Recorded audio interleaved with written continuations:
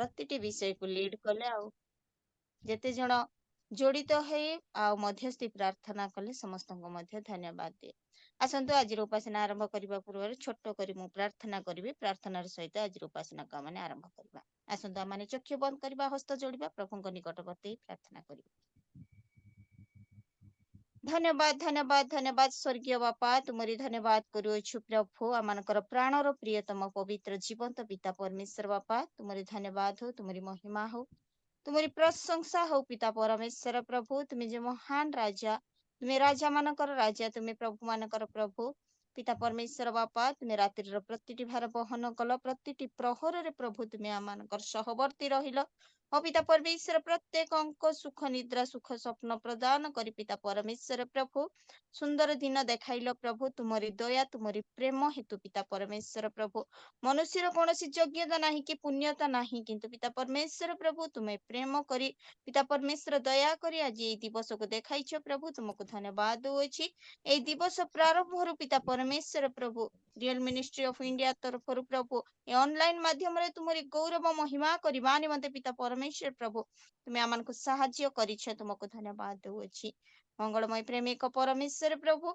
आरंभ आज उपासना आरंभ शेष पर्यंत तुम्हें सहवर्ती रुह प्रभु आज पिता परमेश्वर प्रभु इंटरसेसरी प्रेयर रे प्रभु तुम्हें सहवर्ती रहिला पुणी पिता परमेश्वर प्रभु हाँ प्रभु आराधनार मध्य तुम्हें सहवर्ती रुह वाक्य श्रवण रे कहिबारे प्रभु तुम्हें सहवर्ती रुह प्रभु तुम्हें दया कर समस्त कर प्रभु नेटवर्क उत्तम रहिबा निमंते प्रभु तुम्हें साहाय्य कर कौन प्रकार नेटवर्क प्रॉब्लम हेबो नाही प्रभु उत्तम भाव रे आज उपासना को आरंभ करी शेष करबा निमंते पिता परमेश्वर प्रभु तुम्हें साहाय्य कर जेते जण जोड़ित होई अछंती प्रभु प्रत्येक को तुम्हें आशीर्वाद कर पुणी जो माने जोड़ित हेबाकु जाऊ अछंती प्रभु अति शीघ्र जोड़ित हेबे प्रभु तुम्हें साहाय्य कर अनुग्रह कर प्रभु प्रत्येक को तुम हस्तरे दे आज प्रतिटी विषय को प्रभु तुम हस्तरे समर्पित करी प्रार्थना यीशु को नाम रे मांगली पिता amen amen amen hallelujah praise the lord hallelujah गोटे मिनिट समय नउछि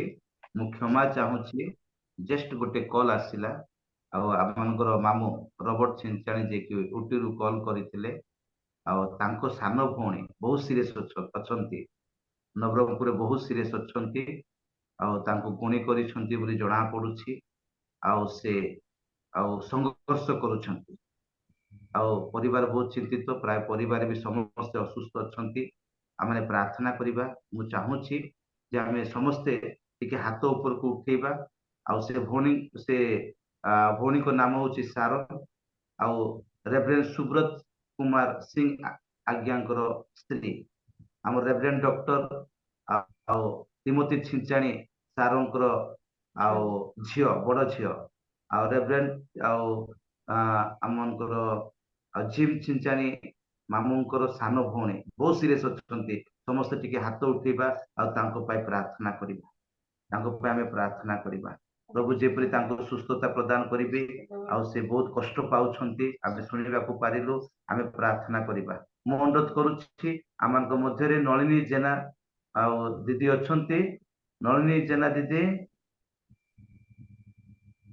आज्ञा प्रेज द लॉर्ड हाँ दीदी प्रेज द लॉर्ड ए विषय नै कि आपण टिके प्रार्थना करंतु टिके आज्ञा मत आउथरे कहबे कि टिके सुनि पारलिनी आमानकर डॉक्टर तिमोती छिंचाणी सारंकर बड़ झियो सारन तांकर ना होछि सारन सिंह सुब्रत पास्टर सुब्रत सिंह आज्ञांकर स्त्री आमानकर जिम छिंचाणी सारंकर सान भौणी बहुत सीरियस अछंती बहुत कष्ट पाउछंती ताको गुणी करिछंती बोली जणा पडुछि तांकर संपूर्ण सुस्थता पे आमे प्रार्थना करिबा एबे जस्ट फोन आसीथिला तांको परिवार रे समस्त असुस्थ अछंती टिके तांकर सुस्थता पाई प्रार्थना रे स्मरण करि ओ झियो को भूत लागि जाय क्या ओ झियो को पिला मान को मते भूत लागिछि पुणे पिला मान को भूत लागिछि पिला माने भी बहुत कष्ट अनुभव करूछंती तांको झियो पो मान को मध्य दीदी प्रेयर करंतु आज्ञा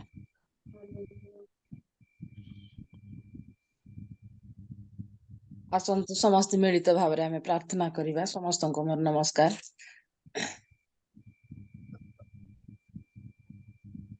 आहे आमानकर दयामय स्वर्गवासी सदा प्रभु परमेश्वर आमानकर करुणामय आमानकु प्रेम करी आसिबा परमेश्वर आमानकर प्रार्थना श्रवणकारी परमेश्वर ମାନେ ଦେବା परमेश्वर प्रभु राजा प्रभु तुमर वाक्य रे लिखा जाए प्रभु जो ठारे तुमरी नाम रे प्रभु एक हृदय एक मन एक चिंता रे प्रभु तुमको डाकंती ସେଇଠାରେ ତୁମେ ବିଦ୍ୟମାନ ହୋଇଥାଅ ଆଉ ସେମାନଙ୍କର ପ୍ରାର୍ଥନା ତୁମେ ଶୁଣିଥାଅ ପ୍ରଭୁ ଯେତେବେଳେ ତୁମର ନିକଟରେ ପ୍ରଭୁ ପ୍ରାର୍ଥନା କରିବା ନିମନ୍ତେ ବସି ଅଛୁ हे ପ୍ରାର୍ଥନା ଶ୍ରବଣକାରୀ ପରମେଶ୍ୱର ଜଗତରେ ଥିବା ସମୟରେ ପ୍ରଭୁ ଅନେକ ଲୋକମାନଙ୍କୁ ତୁମେ ସୁସ୍ଥତା ପ୍ରଦାନ କରୁଥିଲ ରାଜା ଆଜି ମଧ୍ୟ ସେହି ପରମେଶ୍ୱର ତୁମେ ଅଟ ପ୍ରଭୁ ଯେତେବେଳେ ତୁମର ନିକଟରେ ସେ ବିଶ୍ୱାସ ଭରସା ନେଇ ପ୍ରଭୁ ପ୍ରାର୍ଥନା କରୁଅଛୁ ରାଜା ପ୍ରଭୁ ଏତେବେଳେ ବାପା ତିମୋଥୀ ଆଜ୍ଞାଙ୍କର ଯୋଉ ବଡ ଝିଅ ପୁଣି ଜେମ୍ସ ଚିଞ୍ଚାଣୀଙ୍କର ଯୋଉ ସାନ ଭଉଣୀ ଏବଂ ପିତା ପରମେଶ୍ୱର ଯୋଉ ପିଲାମାନଙ୍କୁ ଭୂତ ଲାଗି ଅଛି ହଁ ପିତା ପରମେଶ୍ୱର ଯୋଉ ଯୋଉ ନାମକୁ ପ୍ରଭୁ ତୁମରି ଦାସ ଘୋଷଣା କରିଅଛନ୍ତି ପିତା ପରମେଶ୍ୱର ପ୍ରଭୁ ଏତେବେଳେ ସେମାନଙ୍କର ହଁ ବାପା ଶରୀର ମଧ୍ୟରେ ରହି ଯୋଉ କଷ୍ଟ ପାଉଅଛନ୍ତି ପିତା ପରମେଶ୍ୱର ପ୍ରଭୁ ଯୋଉ ଶଯ୍ୟାରେ ରହି ପିତା ପରମେଶ୍ୱର କଷ୍ଟ ପାଉଅଛନ୍ତି ରାଜା ପ୍ରଭୁ ଆମେ ଶୁଣିବାକୁ ପାଇଲୁ ପିତା ପରମେଶ୍ୱର ପ୍ରଭୁ ତୁମେ ଉର୍ଦ୍ଧ୍ୱରୁ ଥାଇ ଦେଖୁଅଛ ମୋର ପରମେଶ୍ୱର ପ୍ରଭୁ ସେମାନଙ୍କୁ ପ୍ରଭୁ ତୁମର ସେ ଆରୋଗ୍ୟକାରୀ ହସ୍ତ ବଢାଅ ରାଜା ତୁମର ସୁସ୍ଥକାରୀ ହସ୍ତ ବଢାଅ ପ୍ରଭୁ ଯୋଉ ବିଶ୍ୱାସ ନେଇ ତୁମ ନିକଟରେ ଯୋଉ ଆଶା ନେଇ ତୁମ ନିକଟରେ ପ୍ରାର୍ଥନା ଜଣାଇ ଅଛନ୍ତି ପ୍ରଭୁ ସେମାନଙ୍କୁ ତୁମେ ଦୟା କରି ଛୁଇଁ ଦିଅ ମୋର ପରମେଶ୍ୱର ସେମାନଙ୍କୁ ଦୟା କରି ତୁମେ ଆରୋଗ୍ୟତା ପ୍ରଦାନ କର ମୋର ପରମେଶ୍ୱର ସେମାନେ ସେ ପ୍ରକାର ସୁସ୍ଥତା ପାଇ ତୁମର ଗୌରବ କରିବେ ତୁମକୁ ସାକ୍ଷୀ ସ୍ୱରୂପ ହେଇପାରିବେ ତୁମର ମହିମା ହେଇପାରିବ ପ୍ରଭୁ ସେଥିପାଇଁ ତୁମେ ଦୟା କର ବୋଲି ପ୍ରାର୍ଥନା କରୁଅଛୁ ରାଜା ପ୍ରଭୁ ତୁମେ ଦୟା କର ଏଇ ପ୍ରଭାତ ସମୟରେ ଆମମାନଙ୍କର ପ୍ରାର୍ଥନାକୁ ତୁମେ ଶ୍ରବଣ କର ରାଜା ଆମେ ବିନତି କରୁଅଛୁ ତୁମ ନିକଟରେ କାକୁତି କରୁଅଛୁ ବିନମ୍ର ହୋଇ ତୁମ ନିକଟରେ ଡାକ ପକାଉଅଛୁ ରାଜା ତୁମେ ସେମାନଙ୍କ ପ୍ରତି ଦୃଷ୍ଟିପାତ କର ବୋଲି ପ୍ରାର୍ଥନା କରୁଅଛି ରାଜା ଆମମାନଙ୍କର ରବ ବିନତିକୁ ତୁମେ ଶ୍ରବଣ କର ବୋଲି ପ୍ରାର୍ଥନା କରୁଅଛି ମୋର ପରମେଶ୍ୱର ତୁମର ମୁଖ ସେମାନଙ୍କର ପ୍ରତି ତୁମର ସେ ମୁଖର ତେଜକୁ ତୁମେ ପ୍ରକାଶ କର ବୋଲି ପ୍ରାର୍ଥନା କରୁଅଛି ରାଜା ପ୍ରଭୁ ତୁମେ ଦୟା କର ପ୍ରଭୁ ତୁମେ ଅନୁଗ୍ରହ କର ଅନୁଗ୍ରହ କର ଅନୁଗ୍ରହ କର ଦୟା କର ସେଇ ପରିବାରରେ ରହିଥିବା ବ୍ୟସ୍ତତା ଜୀବନକୁ ତୁମେ ଦୂର କରିଦିଅ ମୋର ପରମେଶ୍ୱର ପ୍ରଭୁ ହଁ ପିତା ପରମେଶ୍ୱର ପ୍ରଭୁ ସେମାନଙ୍କ ମସ୍ତକ ଠାରୁ ତଳିପା ପର୍ଯ୍ୟନ୍ତ ତୁମର କଣ୍ଟା ବିନ୍ଧା ହସ୍ତ ସ୍ପର୍ଶ କର ତୁମର ବାକ୍ୟ ପଠାଇ ଆରୋଗ୍ୟତା ପ୍ରଦାନ କର ଯୀଶୁଙ୍କ ନାମରେ ପ୍ରଭୁ ଯେଉଁ ଶରୀରରେ ଭୂତ ଲାଗି ଅଛି ଯୀଶୁଙ୍କ ନାମରେ ପ୍ରଭୁ ସେ ଭୂତ ସବୁ ବାହାରି ଛାଡି ଚାଲି ଯାଅ ବୋଲି ଆମେ ପ୍ରାର୍ଥନା କରୁଛୁ ରାଜା ପ୍ରଭୁ ତୁମେ ଦୟା କର ଶୈତାନର ସମସ୍ତ ପ୍ରକାର ଶକ୍ତି ଯେ ପ୍ରକାର ବିନାଶ ହେବ ତୁମରି ଶକ୍ତିର କାର୍ଯ୍ୟ ସେ ପରିବାର ମାନଙ୍କ ଜୀବନରେ ଅସୁସ୍ଥ ବ୍ୟକ୍ତି ରହିଥିବା ମାନଙ୍କର ଜୀବନରେ କାର୍ଯ୍ୟକାରୀ ହେଇପାରିବ ସେଥିପାଇଁ ତୁମେ ଦୟା କର ବୋଲି ପ୍ରାର୍ଥନା କରୁଅଛୁ ପ୍ରଭୁ ତୁମେ ଅନୁଗ୍ରହ କର ଅନୁଗ୍ରହ କର ଅନୁଗ୍ରହ କର ସେମାନଙ୍କ ପ୍ରତି ଦୃଷ୍ଟିପାତ କରି ଗୌରବ ପାଅ ଏତେବେଳେ ବାପା ବସି ଅଛୁ ରାଜା ଆମେ ପ୍ରତ୍ୟେକ ତୁମ ନିକଟରେ ପ୍ରାର୍ଥନା କରିଅଛୁ ମୋର ପରମେଶ୍ୱର ତୁମେ ଆମମାନଙ୍କର ପ୍ରାର୍ଥନା ଶ୍ରବଣ କର ଏବଂ ଉତ୍ତର ଦେଇ ତୁମେ କେବଳ ମହିମା ଗୌରବ ସମ୍ଭ୍ରମ ପାଅ ବୋଲି ଆଗାମୀ ସକଳ ସମୟକୁ ପରିଚାଳନା କରି ଆସୁଥିବା ତୁମର ଦାସୀଙ୍କୁ ତୁମର ହସ୍ତରେ ଦେଇ ଯୀଶୁଙ୍କ ନାମେ ମାଗିଲି ପିତ ଆମେନ୍ ଧନ୍ୟବାଦ ଆଜ୍ଞା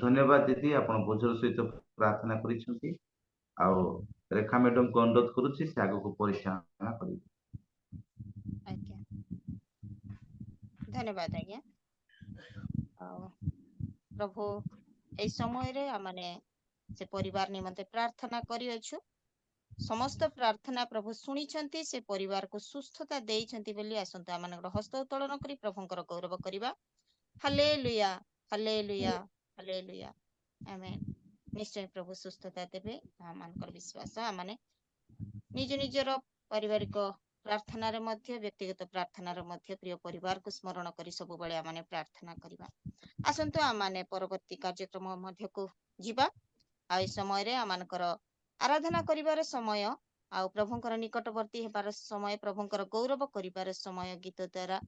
ଆଉ ଆସନ୍ତୁ ଆମେ ଏଇ ସମୟରେ ଆରାଧନା ନିକଟକୁ ଯିବା। ଆରାଧନା ନିକଟକୁ ଯିବା ନିମନ୍ତେ ମୁଁ ଆଜି ଆମମାନଙ୍କ ଗହଣରେ ଆମଙ୍କର ଏରିଆଲ ମିନିଷ୍ଟ୍ରି ଅଫ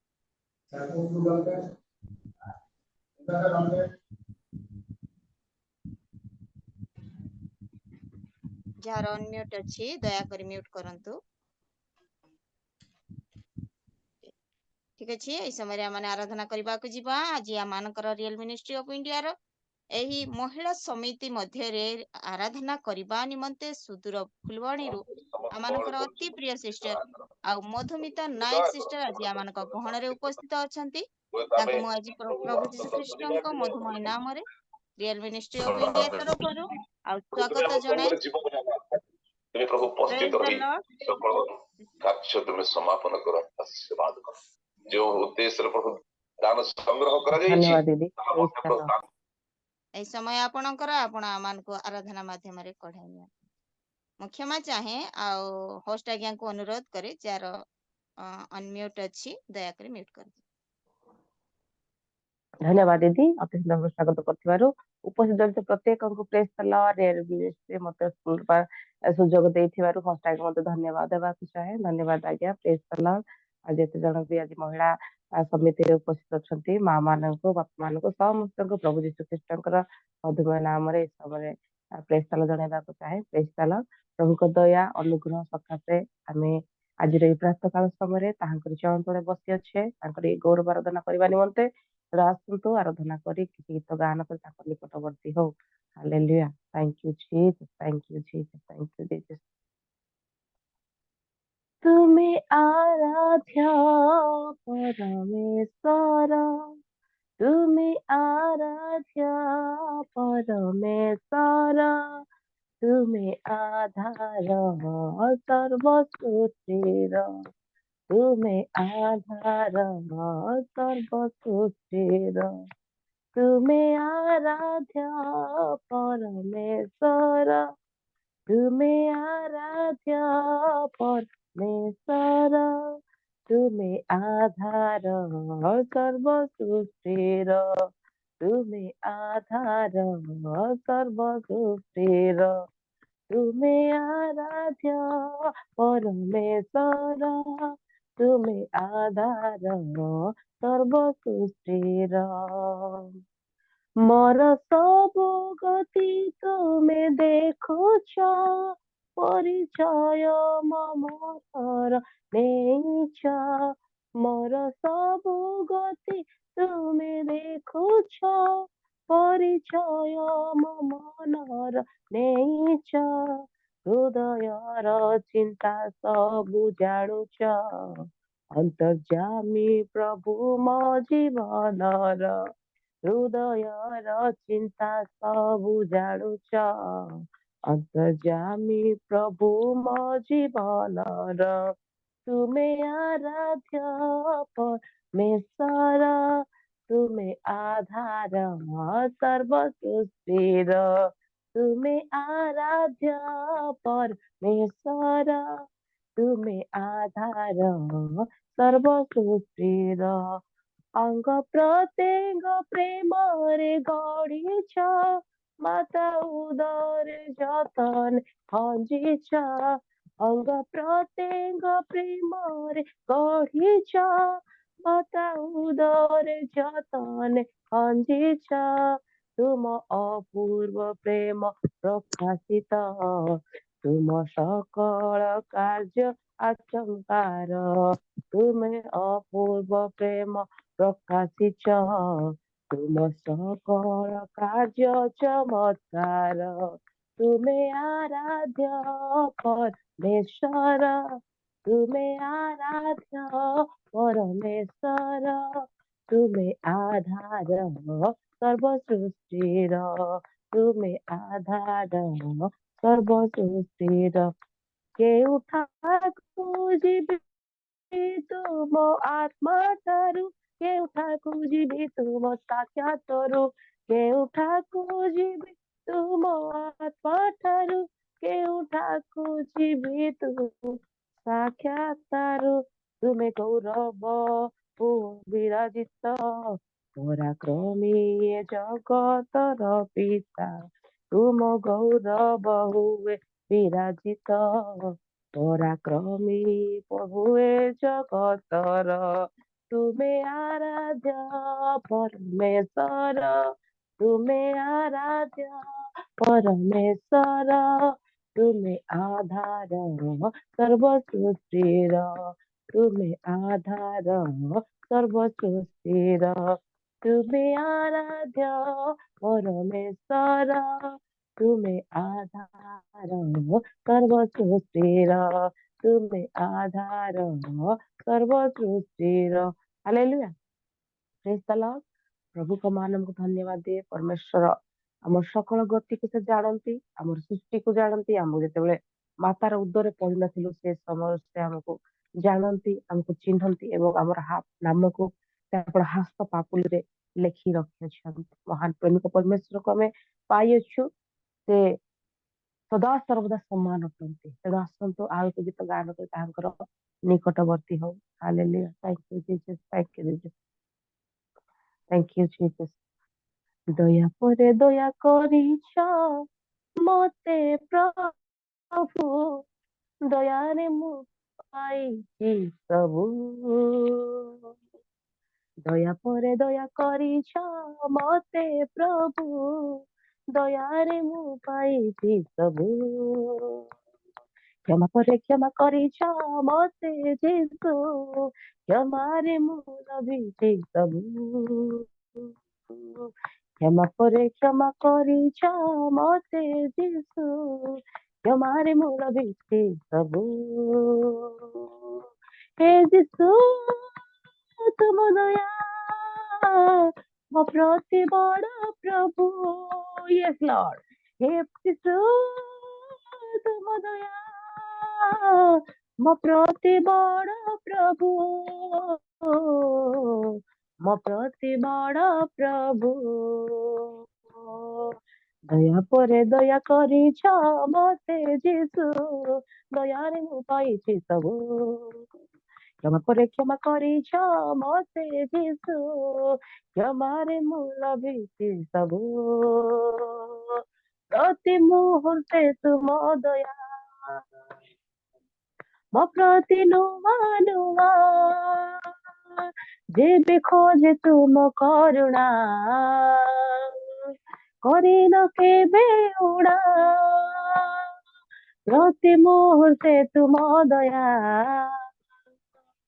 ମୋ ପ୍ରତି ନୂଆ ନୂଆ ଯେବେ ଖୋଜେ ତୁମ କରୁଣା କରିନ କେବେ ଉଣା ନ ହେବ କେବେ ଶେଷ ତୁମରି ସେ କରୁଣା ନ ହେବ କେବେ ଶେଷ ତୁମରି ସେ କରୁଣା ମୋ ପ୍ରତି ସଦା ଥାଉ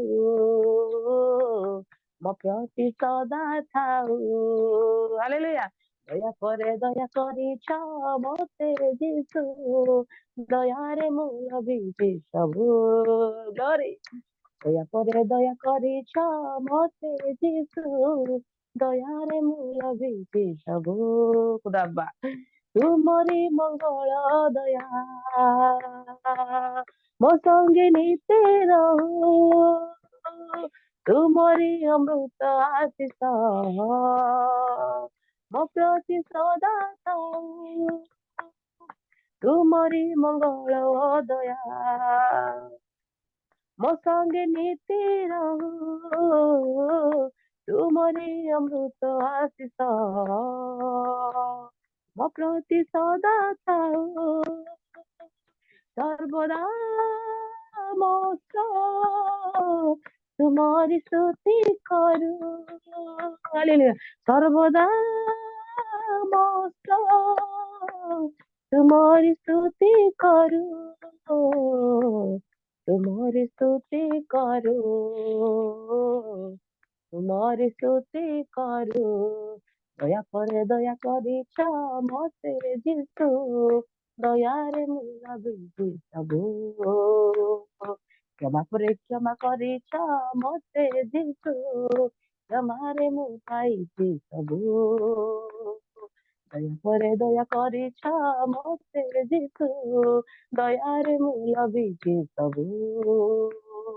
କ୍ଷମା କରିଛ ମତେ ଯୀଶୁ, କ୍ଷମାରେ ମୁଁ ଲଭିଛି ସବୁ। ହେ ଯୀଶୁ ତୁମ ଦୟା ମୋ ପ୍ରତି ବଡ଼ ପ୍ରଭୁ, ହେ ଯୀଶୁ ତୁମ ଦୟା ମୋ ପ୍ରତି ବଡ଼ ପ୍ରଭୁ, ମୋ ପ୍ରତି ବଡ଼ ପ୍ରଭୁ, ମୋ ପ୍ରତି ବଡ଼ ପ୍ରଭୁ, ମୋ ପ୍ରତି ସଦା ଥାଉ, ମୋ ପ୍ରତି ସଦା ଥାଉ। Hallelujah hallelujah hallelujah. धन्यवाद राजा, धन्यवाद राजा, धन्यवाद राजा, धन्यवाद पिता सत्य बापा, तुम्हें से दया कर कृपा कर କରିଛେ ପ୍ରଭୁ, ସେ ଦୟା କରୁଣା ଅପାର ପ୍ରଭୁ ପ୍ରତି ପ୍ରଚୁର ପରିମାଣ ରଖିଅଛ ବୋଲି ଧନ୍ୟବାଦ ଦଉଛୁ ବାପା। ଧନ୍ୟବାଦ ବାପା, ଧନ୍ୟବାଦ ବାପା, ଧନ୍ୟବାଦ ବାପା। ତୁମର ସେ କରୁଣା ମହାନ परमेश्वर प्रभु, ତୁମର ସେ କୃପା ମହାନ ପିତା।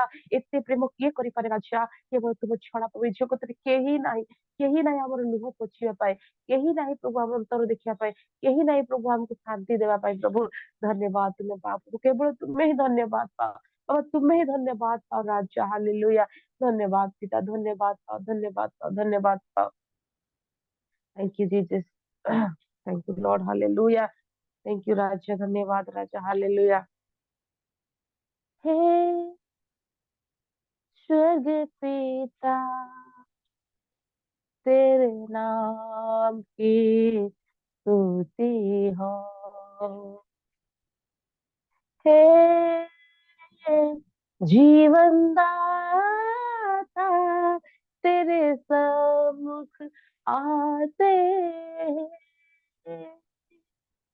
हे स्वर्ग पिता, तेरे नाम की स्तुति हो।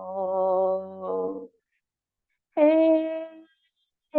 जीवन दाता, तेरे सम्मुख आते, ସମସ୍ତେ କହିବା आराधना,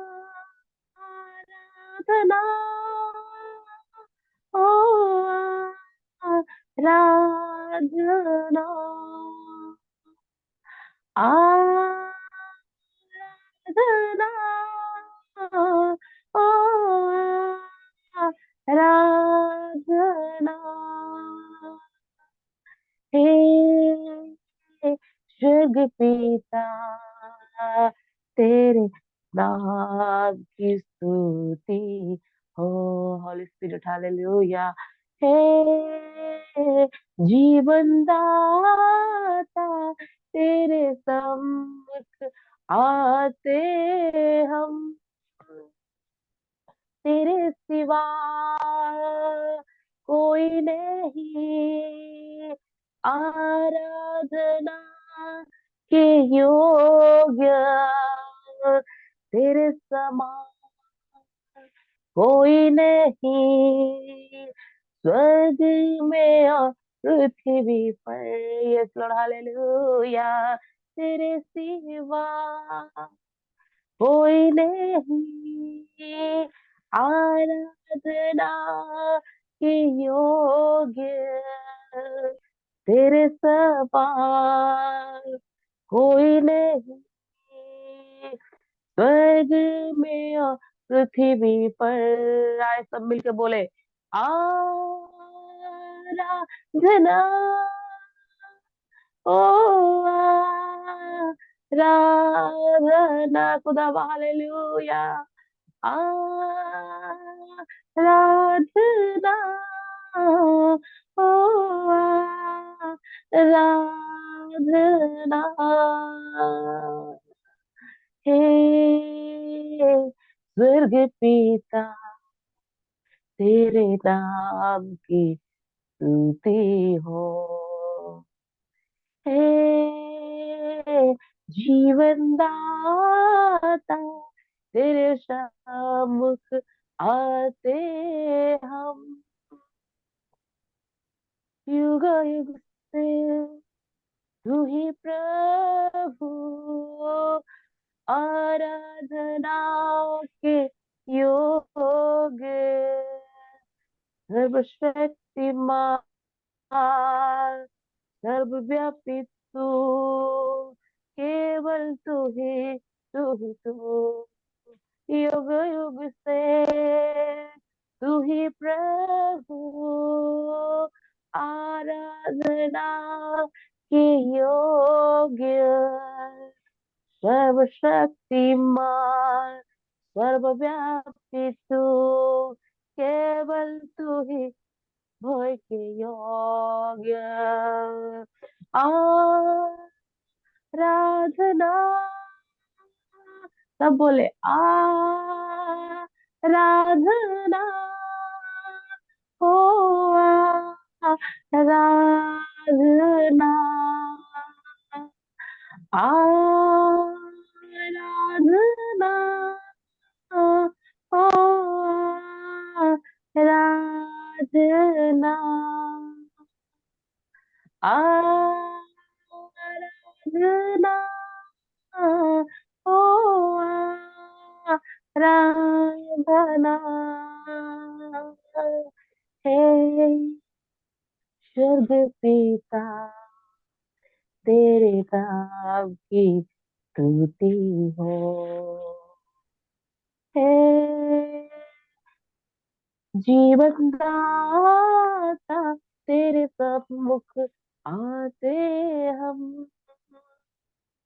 हे स्वर्ग पिता तेरे नाम की स्तुति हो, हालेलुया, तेरे नाम की स्तुति हो खुदा, हालेलुया, तेरे नाम की स्तुति हो।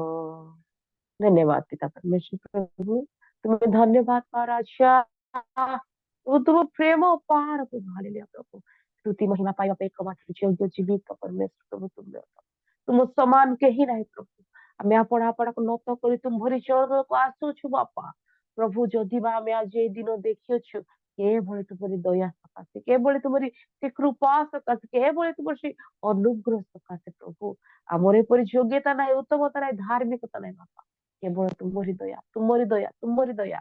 Thank you Jesus, thank you Jesus.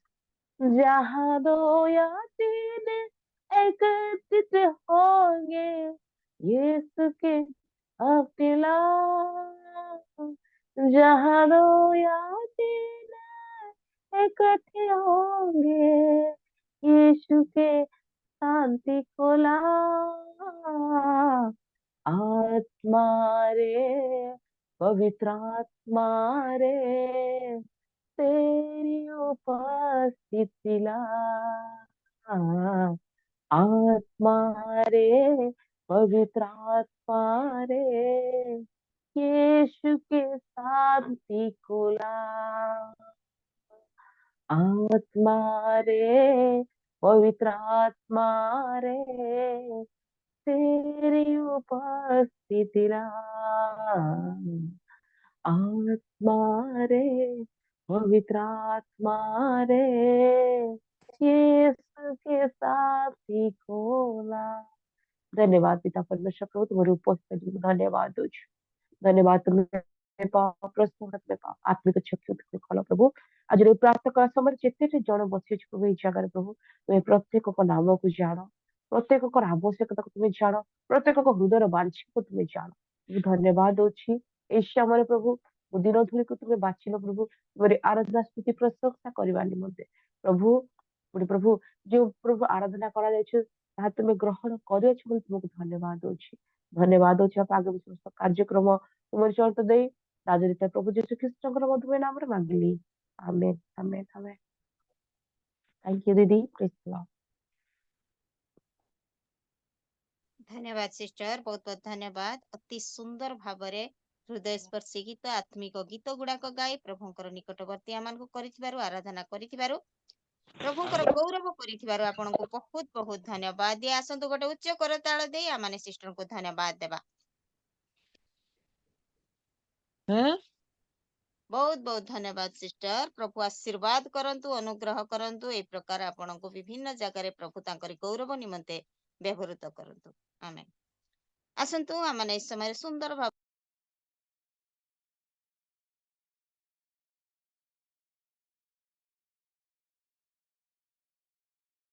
Unmute करंतु सिस्टर, म्यूट हो जाइए। संयुक्ता सिस्टर अनम्यूट करंतु। क्षमा चाहे। आओ धन्यवाद सिस्टर, बहुत बहुत धन्यवाद।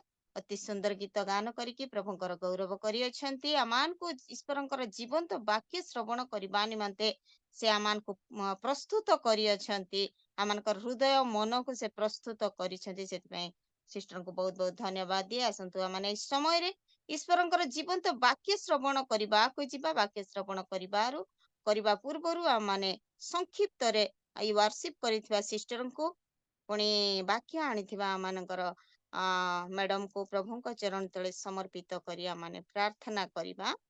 आ विशेष जेते जण जड़ित होई अछि समस्तଙ୍କର जेपरि नेटवर्क उत्तम रहिबो सेथिपाई मध्ये आमाने प्रार्थना करिबा। एई समय मो अनुरोध करे आमानक मध्ये सुप्रीति मैडम अछंती। Praise the lord madam.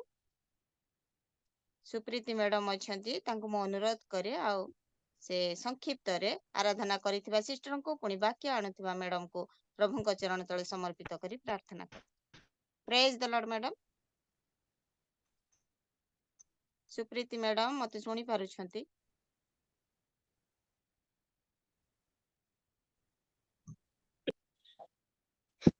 Praise the lord, praise the lord. Praise the lord. हाँ संक्षिप्त हाँ रे प्रार्थना करंतु। सुभा जाउची। हेलो आज्ञा आज्ञा सुबुची मैडम करंतु। आवाज सुभुची। शुभुची करंतु। समस्तଙ୍କୁ ମୋ ନମସ୍କାର। ଆସନ୍ତୁ ଆମେ ପ୍ରାର୍ଥନା କରିବା। ପବିତ୍ର ପବିତ୍ର ପବିତ୍ର ଅତ୍ୟନ୍ତ ଦୟାଳୁ ପ୍ରିୟ ପ୍ରଭୁ, ତୁମରି ମହାନାମକୁ ଧନ୍ୟବାଦ ପ୍ରଶଂସା ଗୌରବ କରୁଛୁ। ମହାମହିମ ପରମେଶ୍ୱର, ଉଚ୍ଚ ଉନ୍ନତ ପରମେଶ୍ୱର, ଭୟଙ୍କର ଭୟଯୋଗ୍ୟ ପରମେଶ୍ୱର, ଆମମାନଙ୍କର ପରମେଶ୍ୱର, ଆମମାନଙ୍କର ସୃଷ୍ଟିକର୍ତ୍ତା, ପ୍ରତିପାଳନକର୍ତ୍ତା, ସୁରକ୍ଷାକାରୀ ପରମେଶ୍ୱର, ପ୍ରିୟ ପ୍ରଭୁ ତୁମରି ଧନ୍ୟବାଦ ଦଉଛୁ, ପ୍ରଶଂସା କରୁଛୁ ପିତା।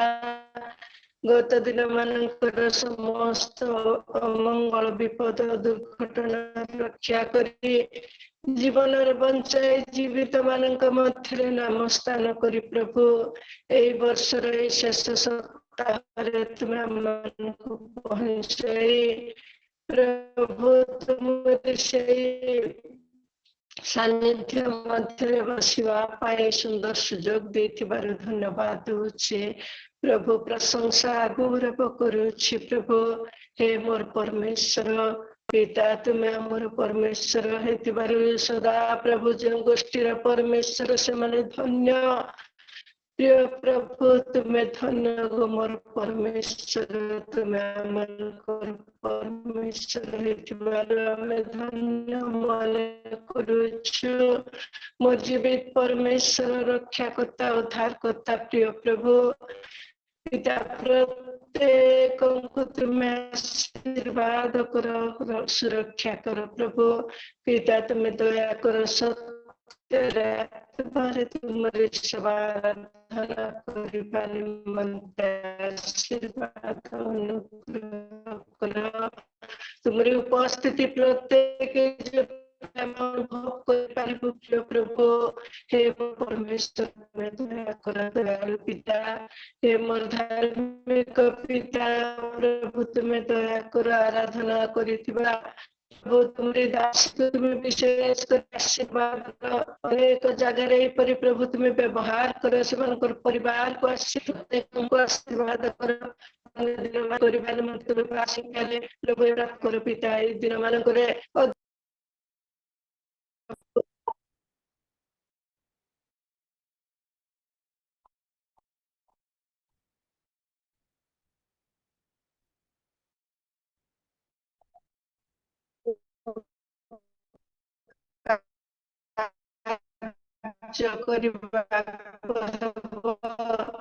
ପ୍ରତ୍ୟେକଙ୍କୁ ଆଶୀର୍ବାଦ ଅନୁଗ୍ରହ କର, ଆତ୍ମିକ ଦିଗରେ ଅଭିବୃଦ୍ଧି ହେବା ପାଇଁ ଆଶୀର୍ବାଦ କର। ଆବଶ୍ୟକ ବାକ୍ୟ ଦେଇ ପ୍ରଭୁ, ଯେଉଁ ବାକ୍ୟରେ ଆମେ ପ୍ରଭୁ, ଯେଉଁ ପ୍ରଭୁ ପିତା ଉଣା ପଡ଼ିଅଛୁ, ବାକ୍ୟ ଦ୍ୱାରା ତୁମେ ଚେତନା ପ୍ରେରଣା ଦେଇ ପ୍ରସ୍ତୁତ ଜାଗ୍ରତ ଜୀବନ କାଟିବା ନିମନ୍ତେ ପ୍ରତ୍ୟେକଙ୍କୁ ଅନୁଗ୍ରହ କର, ଆଶୀର୍ବାଦ ମଙ୍ଗଳ କର। ଆରମ୍ଭଠୁ ଶେଷ ପର୍ଯ୍ୟନ୍ତ ପ୍ରତ୍ୟେକ ତୁମର ଉପସ୍ଥିତି ଅନୁଭବ କରିବା ନିମନ୍ତେ ଆପଣ କେବଳ ତୁମେ ବୋଲି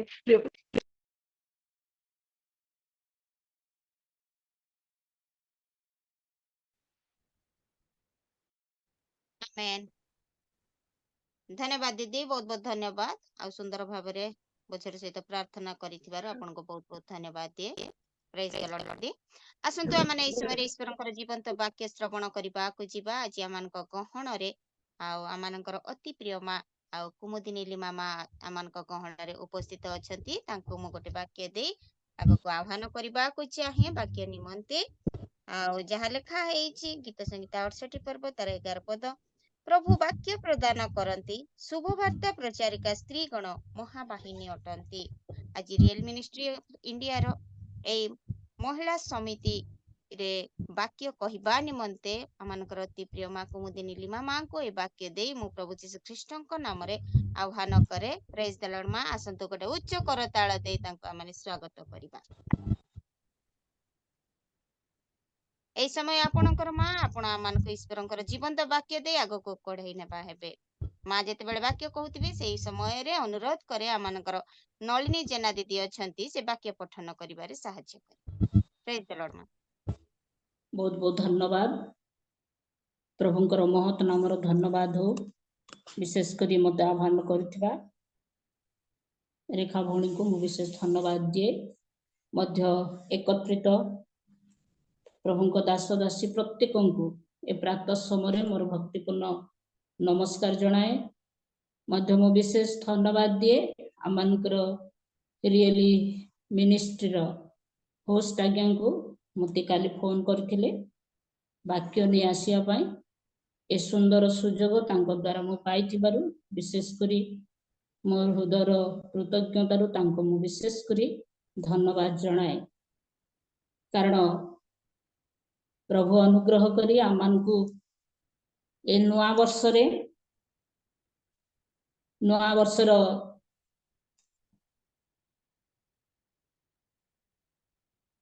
ଆରମ୍ଭରୁ ଆଜି 30 ତାରିଖ 30 ଦିନ ପ୍ରଭୁ ଆମମାନଙ୍କୁ ବଞ୍ଚେଇ ଆଣିଛନ୍ତି, କଢେଇ ଆଣିଛନ୍ତି।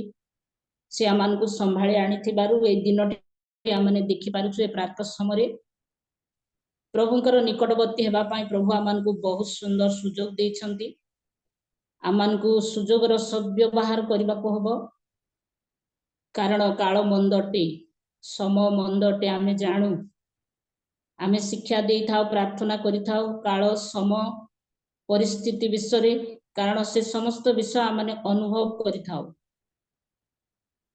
କାହା ଜୀବନରେ କ'ଣ ଘଟୁଛି ନା କାହା ଜୀବନରେ କୋଉ ପରିସ୍ଥିତି ଆସୁଛି, ଏ ସମସ୍ତ ବିଷୟ ଆମେ ପରଖିଥାଉ, ଦେଖିଥାଉ। ଆମ ପରିବାରରେ, ଆମ ସାହି ପଡିଶାରେ, ଆମ ଗ୍ରାମ ମଣ୍ଡଳୀରେ, ଆମ ଦେଶରେ ଘଟୁଥିବା ବିଷୟକୁ ନେଇ ଆମେ ମଧ୍ୟ ଭୟଭୀତ ଅଟୁ। ତଥାପି ପ୍ରଭୁ ଆମମାନଙ୍କୁ ସୁରକ୍ଷା ଦେବେ, ଏଇ ଭରସା ଆମମାନଙ୍କର ରହିଛି। ବିଶେଷ କରି ମୁଁ ପ୍ରଭୁଙ୍କୁ ଧନ୍ୟବାଦ ଦିଏ, କାରଣ ସମୟ ଗଡ଼ି ଚାଲିଛି। ସେଥିପାଇଁ ମୁଁ ଆଉ କୌଣସି ବିଷୟ ଉପସ୍ଥାପନା କରିପାରୁନାହିଁ। ଆମେ ସିଧାସଳଖ ବାକ୍ୟ ଭିତରକୁ ଯିବା, କାରଣ ବାକ୍ୟ ଶୁଣିବାର ବର୍ତ୍ତମାନର ସମୟଟେ। କାରଣ ପ୍ରଭୁ ଆମମାନଙ୍କୁ ସୁଯୋଗ ଦେଇଛନ୍ତି ତାଙ୍କରି ବାକ୍ୟ ଶୁଣିବା ପାଇଁ। ଆଉ ଯେଉଁମାନେ ଏ ସୁଯୋଗକୁ ହରାନ୍ତି ନିଶ୍ଚୟ ଦୁର୍ଭାଗା। କାରଣ କୋଉ ସମୟରେ କୋଉ ବାକ୍ୟ ପ୍ରଭୁ ଆପଣା ଲୋକମାନଙ୍କ ଦ୍ୱାରା ସେ ପ୍ରଦାନ କରନ୍ତି। ଛୋଟ ହଉ କିମ୍ବା ବଡ଼ ହଉ, ବଡ଼ ବକ୍ତା ହଉ କି ଛୋଟ ବକ୍ତା ହଉ। ମାତ୍ର ଆଜି ମହିଳା ସମିତି ସଭା ବୋଲି ଆଉ ହୋଷ୍ଟ ମହାଶୟ ସେ ଫୋନ କଲେ। ଆଉ ନିଶ୍ଚିତ ଭାବରେ ମହିଳା ମାନଙ୍କ ବିଷୟରେ ହିଁ ଆଉ ବାକ୍ୟ ପରିବେଷଣ କରାଯାଉଛି, ମୁଁ ଯେତିକି ଦେଖି ଆସିଛି। ଆଉ ତାହା ମଧ୍ୟ ନିତାନ୍ତ ଆବଶ୍ୟକ। ମହିଳା ମାନେ ଏକ ଶୁଣିବେ ତାହା ନୁହେଁ, ପୁରୁଷ ମାନଙ୍କ ପାଇଁ ମଧ୍ୟ ବାକ୍ୟ ଆବଶ୍ୟକ। ସ୍ତ୍ରୀ ମାନଙ୍କ ପାଇଁ ବି ବାକ୍ୟ ଆବଶ୍ୟକ, ଯୁବା ଯୁବତୀ ମାନଙ୍କ ପାଇଁ ବି, ଛୋଟ ପିଲାମାନଙ୍କ ପାଇଁ ବାକ୍ୟ ସମସ୍ତଙ୍କ ପାଇଁ ଆବଶ୍ୟକ, ପ୍ରୟୋଜନୀୟ ଅଟେ। ଯୋଉ ବାକ୍ୟ ହଉନା, ଯେ ଯୋଉ ବାକ୍ୟ ନେଇ ଯୋଉ ଚିନ୍ତାରେ ସେମାନେ କହନ୍ତି ତାହା ଆମମାନେ ଗ୍ରହଣ କରିବାକୁ ହେବ, କାରଣ ବାକ୍ୟରେ ଲେଖା ଅଛି ବାକ୍ୟରେ ସୀମା ମଧ୍ୟରେ ରୁହ ବୋଲି ଲେଖା ଅଛି। ଯେତିକି ଆମେ ବାକ୍ୟ ଶୁଣୁଛୁ, ଆମେ ଅନେକ ସମୟରେ ବାକ୍ୟକୁ ଏଟା ତ ମୁଁ ଶୁଣିଛି ବୋଲି ଆମେ ଛାଡ଼ି ଦେଇଥାଉ। ମାତ୍ର ବାକ୍ୟକୁ ନିଜସ୍ୱ କରିବା କାର କର୍ତ୍ତବ୍ୟ? ଆମେ ଶୁଣିବା ଲୋକର କର୍ତ୍ତବ୍ୟ। ଆମେ ଅନେକ ସମୟରେ ଶୁଣି ଆମେ ଗ୍ରହଣ କରି ତହିଁ ଦ୍ୱାରା ଜୀବନ କାଟିବା ଦ୍ୱାରା ଆମେ ଆଶୀର୍ବାଦ ପାଇବା। ଆମେ ସେ ଆଶୀର୍ବାଦ କାହାକୁ ଦେବା ନାହିଁ। ଆମେ ଯଦି ଗ୍ରହଣ କରୁଛୁ ବାକ୍ୟ, ଆମ ପାଇଁ ହିଁ ସେ ଆଶୀର୍ବାଦ, ଏହା ଆମମାନେ ମନେ କରିବା ଆବଶ୍ୟକ। ମୋ ପାଇଁ ପ୍ରାର୍ଥନା କରାଯାଇଛି, ବାକ୍ୟ ପାଇଁ ପ୍ରାର୍ଥନା କରାଯାଇଛି। ଆଉ ନିଶ୍ଚିତ ଭାବରେ ମୁଁ ବିଶେଷ କରି ଆଉ ମଧୁସ୍ମିତା ଭଉଣୀକୁ ମଧ୍ୟ ଧନ୍ୟବାଦ ଦିଏ। ଯେଉଁମାନେ ପ୍ରାର୍ଥନା କରିଛନ୍ତି ସେମାନଙ୍କ ପାଇଁ ମଧ୍ୟ ଧନ୍ୟବାଦ ଦିଏ। ମୁଁ ବର୍ତ୍ତମାନ ନୂଆରେ ଜାଣିପାରୁଥିଲି ଯେ ଏ ସ୍ଥାନରେ ପ୍ରେୟର କରାଯାଉଛି 4ଟା ଅଧ୍ୟାୟରୁ। ମୁଁ ବହୁତ ଖୁସି, ବହୁତ ଧନ୍ୟବାଦ ବି ଜଣାଏ। ଆଉ ଆଜି ମତେ ଏଇ ବର୍ଷର ପ୍ରଥମ ବାକ୍ୟ ମୋ ପାଇଁ ଆସିଛି, ଏଣୁ ମୁଁ ବିଶେଷ କରି ଆଉ ହୋଷ୍ଟ ମହାଶୟଙ୍କୁ ପୁନର୍ବାର ବି ଧନ୍ୟବାଦ ଦିଏ। ଆସନ୍ତୁ ଆମେ ଡେରି ନକରି ଗୋଟିଏ ବାକ୍ୟ ଚିନ୍ତା କରିବା, ଯାହାକି ଆମେ ଅନେକ ଥର ଶୁଣିଥିଲେ ମଧ୍ୟ ପୁନର୍ବାର ଶୁଣିବା ଆମମାନଙ୍କର ଆବଶ୍ୟକ ରହିଛି। ହିତୋପଦେଶ ପୁସ୍ତକ 31 ପର୍ବର 29 ପଦ ମୁଖ୍ୟ ବିଷୟ ରହିଛି, ତଥାପି এই ସ୍ଥାନରେ ଆମେ ଦେଖିପାରୁଛୁ। ଦୟାକରି ଭଉଣୀ ପାଠ କରି ଶୁଣେଇବେ। 29 ପଦଟି କେବଳ ପାଠ କରି ଶୁଣେଇବେ। ଅନେକ କନ୍ୟା ଗୁଣ ଦେଖାଇ ଅଛନ୍ତି, ମାତ୍ର ତୁମ୍ଭେ ସେ ସମସ୍ତଙ୍କ ଅପେକ୍ଷା ଶ୍ରେଷ୍ଠ। ଧନ୍ୟବାଦ, ବହୁତ ବହୁତ ଧନ୍ୟବାଦ ଦେବି ଭଉଣୀଙ୍କ ପାଇଁ। ସେ ମୋ ପାଇଁ ବାକ୍ୟ ଅଧ୍ୟୟନ କରି ଅଛନ୍ତି। ଏ ସ୍ଥାନରେ ଆମେ ସବୁବେଳେ ବହୁତ ସମୟ ଆମେ ଗୁଣବତୀ ସ୍ତ୍ରୀର କଥା ଶୁଣିବା ପାଇଁ, କହିବା ପାଇଁ ଆମେ ବହୁତ ଇଚ୍ଛା କରିଥାଉ। ମାତ୍ର ଶୁଣିଲେ କଣ ହବ? ଏ ସ୍ଥାନରେ ଯଦି ଦେଖିବା 31ରୁ 10ରୁ 29 ପଦ ପର୍ଯ୍ୟନ୍ତ ଯଦି ଆପଣ ମାନେ ପଢିବେ, ସବୁବେଳେ ପଢି ଆସନ୍ତୁ ସେ ବାକ୍ୟ। ଆଉ ଗୁଣବତୀର ଗୁଣ କଣ, ଆଉ ସେ କୋଉ କୋଉ କାର୍ଯ୍ୟ କରିଥିବାରୁ ତାକୁ ଗୁଣବତୀ ସ୍ତ୍ରୀ ବୋଲି ବାଇବେଲ ଆଖ୍ୟା ଦେଇଛି। ଆମେ ତ ସମସ୍ତେ ଜାଣୁ ଗୁଣବତୀ ସ୍ତ୍ରୀର କଥା। ଗୁଣବତୀ କିଏ ପାଇପାରେ, ଏମିତି ସବୁ ଅଛି ବାକ୍ୟରେ। ବାଇବେଲରେ ମଧ୍ୟ ଅନେକ ସ୍ତ୍ରୀ ମାନେ ଅଛନ୍ତି, ଅନେକ କନ୍ୟା ମାନେ ଅଛନ୍ତି ଯେଉଁମାନେ ଗୁଣ ଦେଖେଇଛନ୍ତି, ନ ଦେଖେଇ ନାହିଁ, ଗୁଣ ଦେଖେଇଛନ୍ତି। ଗୁଣ ସେମାନେ ଦେଖେଇଥିବାରୁ ଆଜି ବାଇବେଲରେ ସେମାନଙ୍କର ସ୍ଥାନ ପାଇଛି। ଅନେକ ସମୟରେ ଜାଗତିକ ଭାବରେ ଯଦି ଆମେ କୌଣସି ପରିବାରରେ ଆମର ଗୁଣ ଥାଏ, ମନୁଷ୍ୟ ଜୀବନରେ, ସ୍ତ୍ରୀ ମାନଙ୍କ ଜୀବନରେ କି ପୁରୁଷ ମାନଙ୍କ ଜୀବନରେ କୌଣସି ନା କୌଣସି ଗୋଟିଏ ଗୋଟିଏ ଗୁଣ ବ୍ୟକ୍ତିଗତ ଜୀବନକୁ ରହିଥାଏ। ଆଉ ତାହା କୋଉ ଦ୍ୱାରା ପ୍ରକାଶ ପାଏ? କାର୍ଯ୍ୟ ଦ୍ୱାରା ପ୍ରକାଶ ପାଏ। ଆଉ ସେଇ କାର୍ଯ୍ୟ ଯେତେବେଳେ ସେମାନେ କରନ୍ତି, ସମ୍ପନ୍ନ କରନ୍ତି, ସେତେବେଳେ ଅନ୍ୟମାନେ ଜାଣନ୍ତି ଯେ ଏଇ ଗୁଣ ତାଠାରେ ଅଛି ବୋଲି କୁହନ୍ତି। ମନେକର କୌଣସି ପରିବାରରେ ଗୋଟିଏ ଦାନ ଦେବା ଗୁଣ ଥାଏ, କୌଣସି ପରିବାରରେ କାହାକୁ ସାହାଯ୍ୟ କରିବା, କାହାକୁ କି ପ୍ରକାର ଗୁଣ ପ୍ରଭୁ ଦେଇଛନ୍ତି ସେଇ ଅନୁସାରେ ସେତେବେଳେ ସେମାନେ କାର୍ଯ୍ୟ କରନ୍ତି, ସେତେବେଳେ ଏଇ ଗୁଣ ଏମାନଙ୍କ ଠାରେ ଅଛି ବୋଲି ଲୋକମାନେ ସ୍ୱୀକାର କରନ୍ତି, ପ୍ରଶଂସା କରନ୍ତି ମଧ୍ୟ। ପ୍ରିୟର ଲୋକମାନେ, ଏ ସ୍ଥାନରେ ଦେଖିପାରୁଛୁ ଗୁଣବତୀର ସ୍ତ୍ରୀର କଥା କାହିଁକି ଏଠାରେ ଲେଖା ଅଛି। ଅନେକ କନ୍ୟା ଗୁଣ ଦେଖାଉଛନ୍ତି, ମାତ୍ର ତୁମ୍ଭେ ସେମାନଙ୍କ ଅପେକ୍ଷା ଶ୍ରେଷ୍ଠ ବୋଲି ଏ ସ୍ଥାନରେ ଲେଖା ଅଛି। କାରଣ ସେ ଏ ସମସ୍ତ ଗୁଣ କରିଛନ୍ତି। ଆମେ ଏ ସ୍ଥାନରେ ଦେଖିପାରୁଛୁ ସେ କେବେ ସ୍ୱାମୀର କ୍ଷତି କରିନାହାନ୍ତି। ଲେଖା ଅଛି 12 ପଦରେ, ସେ ସ୍ୱାମୀର କ୍ଷତି କରିନାହାନ୍ତି। ତାହେଲେ ସ୍ୱାମୀର ସେ ସବୁବେଳେ ଉପକାର କରିଛନ୍ତି। ନିଶ୍ଚୟ ତାଙ୍କ ସ୍ୱାମୀ ତାର ପ୍ରଶଂସା କରୁଥିବ, ତାର ଗୁଣ ସେ ଗାଉଥିବ। କାହିଁକି? ସ୍ୱାମୀ ପ୍ରତି ସେ କର୍ମ ସେ କରି ଆସିଛି। ସେଥିପାଇଁ 11 ପଦରେ ଲେଖା ଅଛି ତାର ସ୍ୱାମୀ ତା ଉପରେ ସେ ନିର୍ଭର କରୁଛି।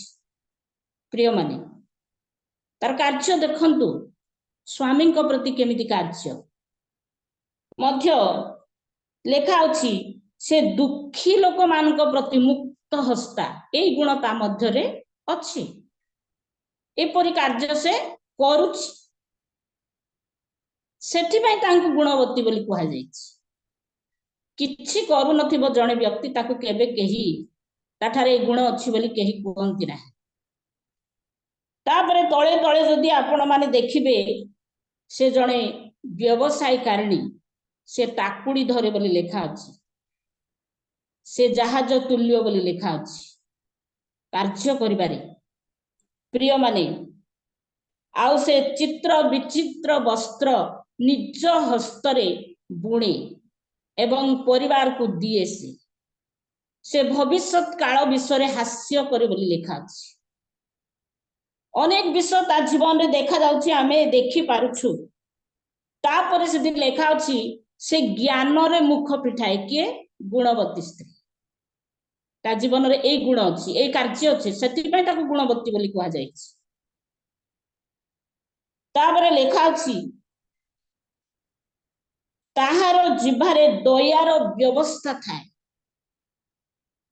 आज आम ठारे दयार व्यवस्था अछि कि आम जिभारे दयार कथा अछि कि आमर जिभा एमती तीक्ष्ण छुरिका परि जे अन्य को बहुत कष्ट दिए बाधा दिए मात्र ए स्थान रे लेखा अछि जिभारे दयार व्यवस्था थाए गुणवती स्त्री को ठारे तापरे लेखा अछि 27 पदरे से परिवार रो आचरण रे मनोयोगी आजिका दिन रे आमे परिवार विषय मनोयोगी ना निज विषय ही मनोयोगी परिवार विषय से मनोयोगी परिवार के करूंती स्वामी रहे बापा माँ रहंती सासु ससुर रहंती पिला माने रहंती इते बड़ परिवार विषय से मनोयोगी आ ए गुण ताठारे अछि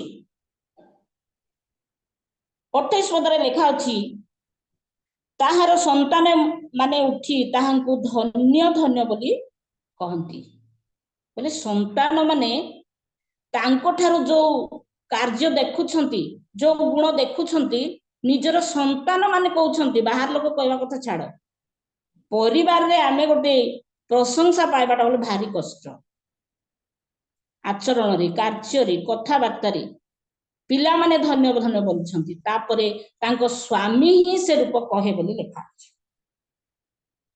तापरे सानरे लेखा अछि से राती थाउ थाउ उठे बोली लेखा अछि एमती माँ माने हमें अच्छु कि राती थाउ थाउ भोर उठी प्रभु को निकट प्रार्थना करि पारछु निज परिजन को खाद्य परिवेषण करि बोली लेखा अछि प्रिय माने एही स्त्री रो गुण अनेक विषय अछि वर्णन कले ता सरीब नाही सेथि पय तांको विषय लेखा गला 29 रे अनेक कन्या गुण देखाय अछंती मात्र तुम्हे से समस्त अपेक्षा श्रेष्ठ आ से एई कार्य गुडी को से करिथिबारु तांको श्रेष्ठ बोली कुआ गला आ से कार्य करिथिबारु ए कार्य सकासे आ एई गुण ताठारे अछि बोली बाइबल प्रकाश करछि सेथि पय बाइबल रे तो अनेक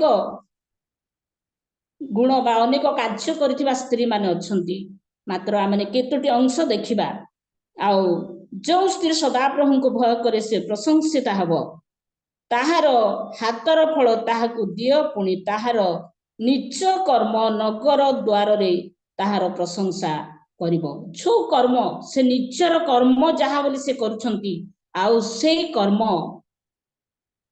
लोक माने से कर्म द्वारा लोक माने प्रशंसा करिवे ए स्थान रे सेठी पय स्त्री को श्रेष्ठ बोली लेखा अछि प्रिय माने आमे केतोटी स्त्री मानकर कथा देखिबा जो मानक जीवन रे एई गुण अछि एई कर्म अछि जदि जणे कर्म करिबा को हेले ज्ञान नितांत आवश्यक ज्ञान न थाई जणे लोक कर्म करि पारिबो नाही ज्ञान निहाती दरकार साहस निहाती दरकार गोटे कार्य करिबा को जेबे गोटे पदक्षेप निया जाय सेते बेले ज्ञान खटेबा को पड़े आमे समस्त जानिथिबा कथा मु आपण मानकु कहिबी आ दोबरा जे कि जणे भविष्य वक्त्री तांको विषय आमे देखिबा जहा कि विचार करता 4 पर्वर काई 4 पद मते भोणी अछंती से मते पाठ कर देबे ସେ ସମୟରେ ଲକ୍ଷ୍ମୀଦୋସ୍ତର ଭାର୍ଯ୍ୟା ଦୋବରା ଭବିଷ୍ୟତ ବକ୍ତ୍ରୀ ଇସ୍ରାଏଲର ବିଚାର କଲେ।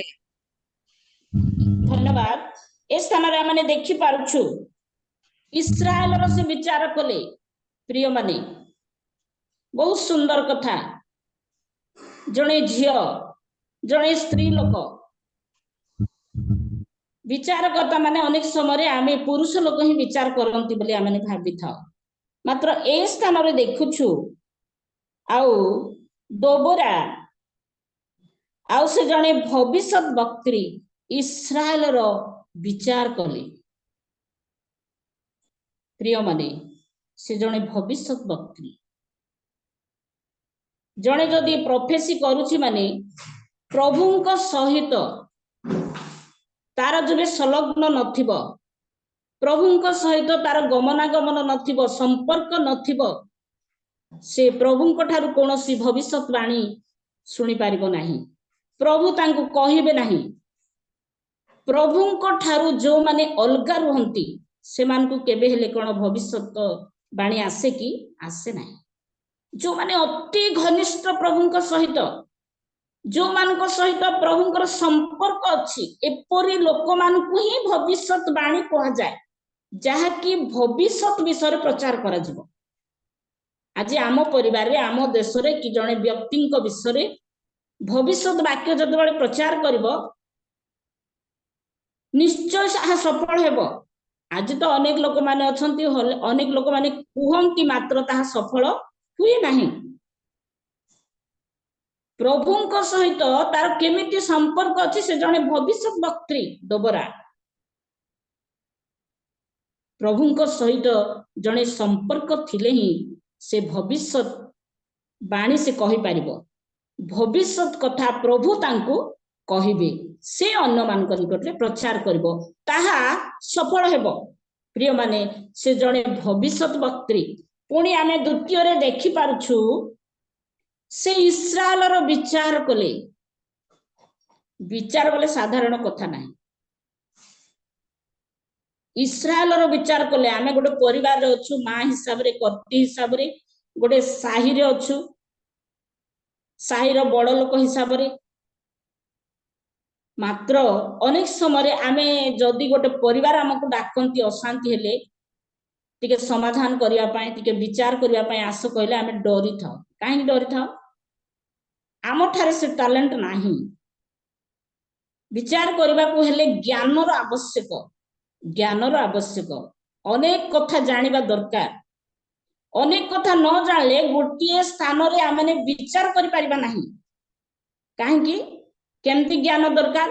ଭଲ ଏବଂ ମନ୍ଦର ଜ୍ଞାନ ଦରକାର। ପରଖି ପାରୁଥିବାର, ଯେଟା କଣ ଭଲ କଣ ମନ୍ଦ ସେଟା ଜଣେ ନ ଜାଣିବ ସେ କେବେ ବି ବିଚାର କରିପାରିବ ନାହିଁ। ତାପରେ ଯଦି ଜଣେ ବିଚାରକର୍ତ୍ତା ହଉଛି ମାନେ ତାଠାରେ ସାହସ ଦରକାର। ଯଦି ସାହସ ନଥିବ ସେ ବିଚାର କରିପାରିବ ନାହିଁ। ମାତ୍ର ଏହାଙ୍କ ଠାରେ ଆମେ ଦେଖିପାରୁଛୁ ସେ ଜଣେ ଭବିଷ୍ୟତ ବକ୍ତ୍ରୀ ଦୋବରା। ପୁଣି ତାଠାରେ ସାହସ ଅଛି ଇସ୍ରାଏଲକୁ ବିଚାର କରିବା ପାଇଁ।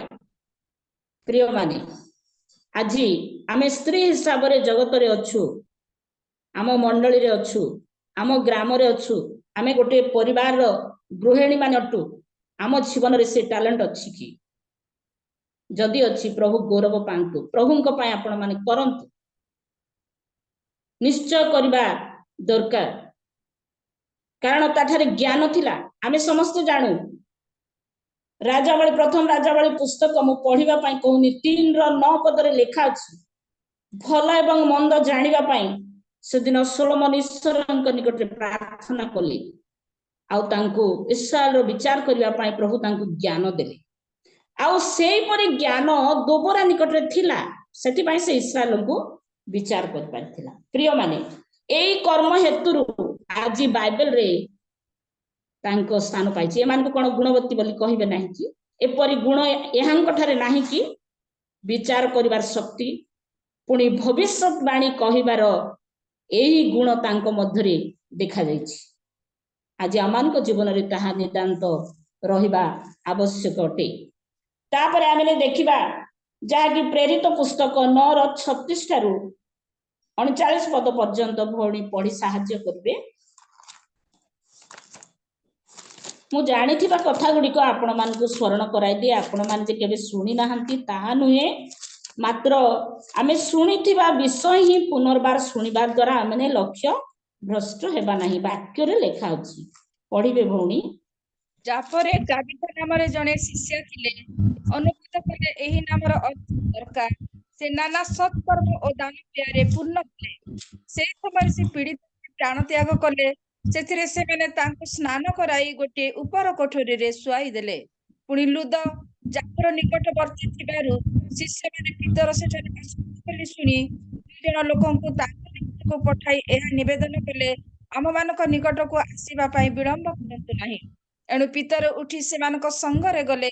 ସେ ଆସନ୍ତେ ସେମାନେ ତାଙ୍କୁ ସେଇ ଉପର କୋଠରୀକୁ ଘେନିଗଲେ। ଆଉ ବିଧବା ମାନେ ସମସ୍ତେ ତାଙ୍କୁ ଘିନି ବିଳାପ କରୁ କରୁ ଦରକାର ସେମାନଙ୍କ ସାଙ୍ଗରେ ଥିବା ସମୟରେ ଯେଉଁ ସବୁ ଅଙ୍ଗରେଖା ଓ ବସ୍ତ୍ର ଗୁଡ଼ିକ ବନାଇଥିଲେ ସେଇ ସବୁ ଦେଖାଇବାକୁ ଲାଗିଲେ। କିନ୍ତୁ ପିତର ସମସ୍ତଙ୍କୁ ବାହାର କରିଦେଇ ଆଣ୍ଠୁ ମାଡ଼ି ପ୍ରାର୍ଥନା କଲେ। ପୁଣି ଶବ ଆଡ଼କୁ ବୁଲି ପଡ଼ି କହିଲେ, ଟାବିଥା ଉଠ।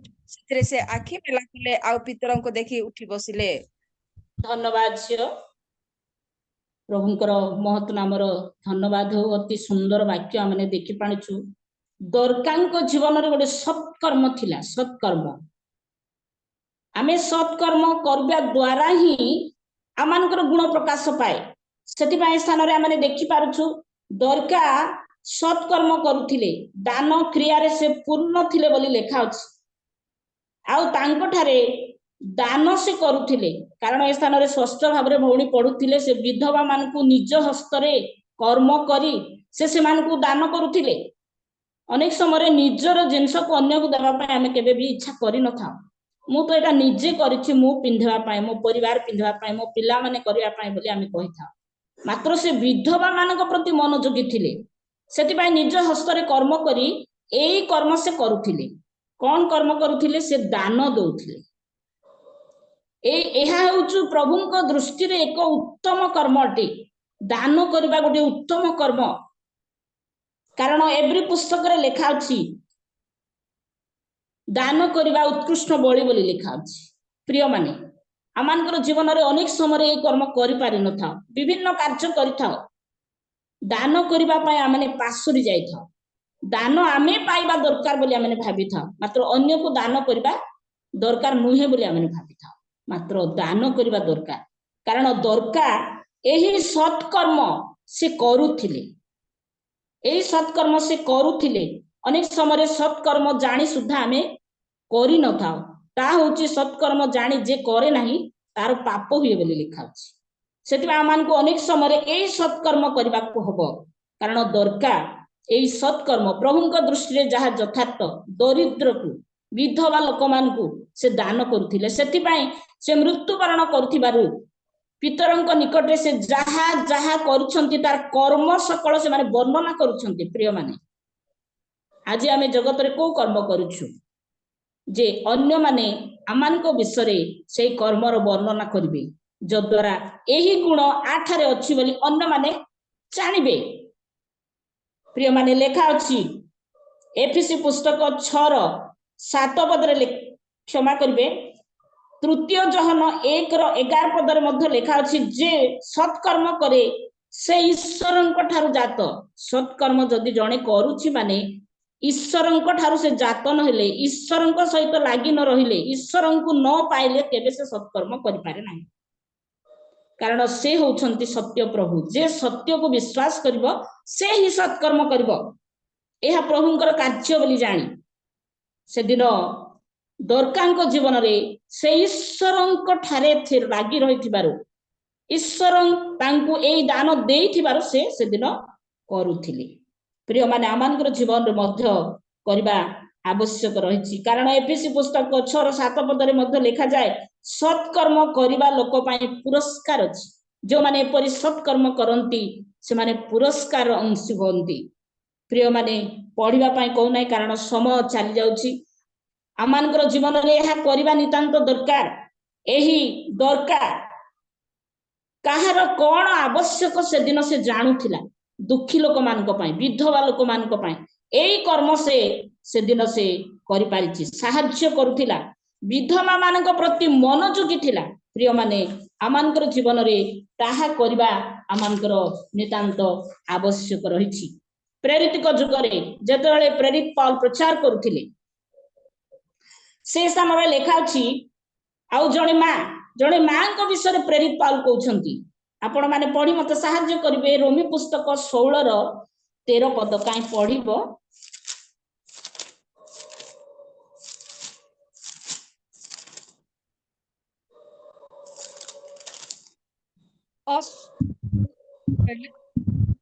ପଢନ୍ତୁ 16:13 ପଦ। ପ୍ରଭୁଙ୍କର ମନୋନୀତ ରୂପଙ୍କୁ ଓ ତାଙ୍କର ମାତାଙ୍କୁ ନମସ୍କାର ଜଣାଅ, ସେ ମଧ୍ୟ ମୋର ମାତା ସ୍ୱରୂପ। ଏ ସ୍ଥାନରେ ଆମେ ଦେଖୁଛୁ ପ୍ରଭୁଙ୍କ ମନୋନୀତ ରୂପଙ୍କୁ ଓ ତାଙ୍କର ମାତାଙ୍କୁ ନମସ୍କାର ଜଣାଅ, ସେ ମଧ୍ୟ ମୋର ମା ସ୍ୱରୂପ। ପ୍ରିୟମାନେ, ଏହା ପ୍ରେରିତ ପାଉଲ ନମସ୍କାର ଜଣାଉଛନ୍ତି। ଆଉ ଯୋଉ କର୍ମ ଏ ରୂପଙ୍କର ମା କରିଛନ୍ତି, ଆଉ ସେଇ ବିଷୟରେ ପ୍ରେରିତ ପାଉଲ ଲେଖୁଛନ୍ତି। ପ୍ରେରିତ ପାଉଲ ନମସ୍କାର ଜଣାଉଛନ୍ତି। ସେ କେମିତି କର୍ମ କରିଛନ୍ତି? ଏ ସ୍ଥାନରେ ଲେଖା ଅଛି, ସେ ମଧ୍ୟ ମୋର ମାତା ସ୍ୱରୂପ। ମାତା ସ୍ୱରୂପ ମାନେ, ଯଦି ଆପଣ ମାନଙ୍କର ପୁଅଙ୍କର କଣ ଆବଶ୍ୟକ, କଣ ଦରକାର, ଆମେ କେମିତି ମନୋଯୋଗୀ ହେଇଥାଉ, ପୁଅ ମାନଙ୍କ ପାଇଁ କଣ କଣ ଦରକାର ଥିବ, ବହୁତ ମନୋଯୋଗୀ ହେଇଥାଉ। ଆଉ ସେ ପୁଅ ସମାନ ହେଇକରି ମାତା ପରି ହୋଇ ମୋ ପ୍ରତି ଯାହା କରିଛି, ସେଥିପାଇଁ ତାକୁ ନମସ୍କାର ଜଣାଅ ବୋଲି ଲେଖୁଛନ୍ତି। ପ୍ରିୟମାନେ, ପ୍ରଭୁଙ୍କ ଲୋକମାନଙ୍କ ପାଇଁ କେମିତି ତାର ହୃଦୟ ଦେଖନ୍ତୁ, ଯାହାଙ୍କର ଆଉ ଲେଖା ଅଛି ପ୍ରଭୁଙ୍କର ମନୋନୀତ, ଆଉ ସେ ମନୋନୀତ ହେଇଛନ୍ତି ଏ କର୍ମ କରିବା ପାଇଁ। କୋଉ କର୍ମ? ରୂପଙ୍କର ମା। ଏ ସ୍ଥାନରେ ଲେଖା ଅଛି ରୂପଙ୍କର ମାଙ୍କୁ ନମସ୍କାର ଜଣାଅ। ଆଉ ସେ ଜଣେ ମା ଅଛନ୍ତି, ଯୋଉ ମା କି ପ୍ରେରିତ ପାଉଲକୁ ସାହାଯ୍ୟ କରିଛନ୍ତି, ମଧ୍ୟ ସେଇପରି ସାହାଯ୍ୟ ଅନ୍ୟମାନଙ୍କୁ ମଧ୍ୟ ସେ କରି ଆସୁଛନ୍ତି। ପ୍ରିୟମାନେ, ଆମମାନଙ୍କର ଜୀବନରେ ଏହି କର୍ମ କରିବା ଦ୍ୱାରା ଏହି ଗୁଣ ଅଛି ମାନେ ଅନ୍ୟମାନେ ଜାଣିବେ। ଆମେ ଯଦି ଏହିପରି କର୍ମ, ପ୍ରେରିତ ପାଉଲକୁ ସେଦିନ ରୂପଙ୍କର ମା ଏପରି କାର୍ଯ୍ୟ କରୁଥିଲା, ସେଥିପାଇଁ ବାଇବେଲରେ ସ୍ଥାନ ପାଇଛି। ମଧ୍ୟ ସେ ଅନ୍ୟ ସ୍ଥାନକୁ ସୁସମାଚାରରେ ଗଲେ ମଧ୍ୟ ସେ ନମସ୍କାର ଜଣାଉଛନ୍ତି। ସେ କରିଥିବା କର୍ମ ପାଇଁ ତାଙ୍କୁ ସେ ନମସ୍କାର ଜଣାଅ ବୋଲି କହୁଛନ୍ତି। ପ୍ରିୟମାନେ, ଆମମାନଙ୍କର ଜୀବନରେ ଏହି ଗୁଣ ଅଛି କି, ଯୋଉ ଗୁଣ କି ଆମେ କରିବା ଦ୍ୱାରା ଅନ୍ୟମାନେ ଆମମାନଙ୍କୁ ଏପରି ଭାବରେ କହିପାରିବେ। ତାପରେ ସେହି 16:1 ପଦରେ ମଧ୍ୟ ଲେଖା ଅଛି, କାହିଁ ପଢିବେ ଝିଅ। ମଣ୍ଡଳୀର ସେବିକା ଆମ ମାନଙ୍କୁ ଅନୁରୋଧ କରୁଅଛି, ଏ ସ୍ଥାନରେ ଦେଖ, କେଙ୍କ୍ରିଆ ମଣ୍ଡଳୀର ସେବିକା ସେମାନଙ୍କ ଭଗ୍ନୀ ଫୋଇବିଙ୍କ ସପକ୍ଷରେ ମୁଁ ତୁମ୍ଭମାନଙ୍କୁ ଅନୁରୋଧ କରୁଅଛି। ଏ ସ୍ଥାନରେ ଆମେ ଦେଖିପାରୁଛୁ ସେ ଗୋଟିଏ ମଣ୍ଡଳୀର ସେବିକା। ଯଦି ଜଣେ ଲୋକ ମଣ୍ଡଳୀକୁ ପରିଚାଳନା କରୁଛି ବା ସେବା କରୁଛି, ପ୍ରଭୁଙ୍କ ଲୋକମାନେ ଆସିଲେ ସେବା କରୁଛି, ସେଥିପାଇଁ ତାକୁ ସେବିକା ବୋଲି ଆଖ୍ୟା ହେଲା। ସେ ନିଶ୍ଚୟ ମଣ୍ଡଳୀକୁ ଆସୁଥିବା ଲୋକମାନଙ୍କୁ ସେବା କରିଥିବ। ଆମେ ଜାଣୁ ଆମମାନଙ୍କର ମଣ୍ଡଳୀ ମାନଙ୍କରେ ବେହେରା ରୁହନ୍ତି, ବହୁତ ସେବା କରନ୍ତି। ଆମ ମଣ୍ଡଳୀ ମାନଙ୍କର ବେହେରା କଣ? ମାନେ ମଣ୍ଡଳୀର ସେବା କରିବେ, ମାତ୍ର ପ୍ରଭୁଙ୍କ ଲୋକମାନଙ୍କର ସେବା କରିବେ, ଖାଦ୍ୟ ପରିବେଷଣ କରିବେ ନାହିଁ, ଅନ୍ୟମାନେ ତାହା ଖାଦ୍ୟ ଦେବେ। ଆମର ସେମିତି ନିୟମ। ମାତ୍ର ଏ ସ୍ଥାନରେ ଦେଖୁଛୁ ନିଶ୍ଚିତ ଭାବରେ ଏମାନେ ମଣ୍ଡଳୀର ସେବା କରୁଥିଲେ, ସେଥିପାଇଁ ସେବିକା ବୋଲି ଆଖ୍ୟା ପାଇଛନ୍ତି। ପ୍ରିୟମାନେ, ଏମାନଙ୍କର ଏହି ଗୁଣ ଏମାନଙ୍କ ମଧ୍ୟରେ ଅଛି। ଆଜି ଯଦି ଆମେ ପ୍ରଭୁଙ୍କର ଦାସୀ ମାନେ ଏହି ଗୁଣ ଆମମାନଙ୍କ ମଧ୍ୟରେ ଅଛି କି, ଆମେ ନିହାତି ଜାଣିବା ଆବଶ୍ୟକ। ଆମମାନଙ୍କ ମଧ୍ୟରେ ଏହି ଗୁଣ ରହିବା ଦରକାର। ଆମେ ଜଣେ ଜଣେ ସେବିକା ବୋଲି ମଣ୍ଡଳୀରେ ଆଖ୍ୟା ପାଇବା ଦରକାର। ଏଇ ଗୁଣ ଏ ପରିବାରରେ ଅଛି, ଏଇ ଗୁଣ ଏ ମାଙ୍କ ଠାରେ ଅଛି, ଏଇ ଝିଅଙ୍କ ଠାରେ ଅଛି, ଏ ଭାଇଙ୍କ ଠାରେ ଅଛି, ଏଇ ଗୁଣ ସେବାର ଗୁଣ ଅଛି ବୋଲି ଅନ୍ୟମାନେ କୁହନ୍ତୁ। ସେଦିନ ଗୁଣବତୀ ସ୍ତ୍ରୀ ଯୋଉ ଯୋଉ କର୍ମ କରିଥିଲା, ସେଥିପାଇଁ ତାଙ୍କୁ କୁହାଗଲା ଯେ ଗୁଣବତୀ ସ୍ତ୍ରୀ ବୋଲି, ସମସ୍ତଙ୍କ ଠାରୁ ସେ ଶ୍ରେଷ୍ଠ। ପ୍ରିୟମାନେ, ଏପରି କର୍ମ ଆମମାନଙ୍କର ଜୀବନରେ କରିବା ଆବଶ୍ୟକ। ଆମେ ସମସ୍ତେ ଜାଣିଥିବା କଥା। ମୁଁ ଆଉ ଗୋଟିଏ ବିଷୟ କହିବି।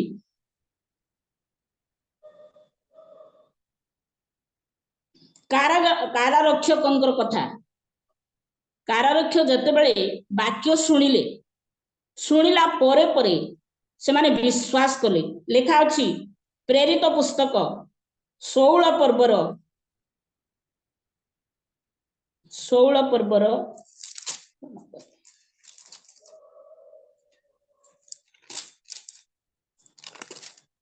34 ପଦ କାହିଁ ଜଣେ ପଢିବେ।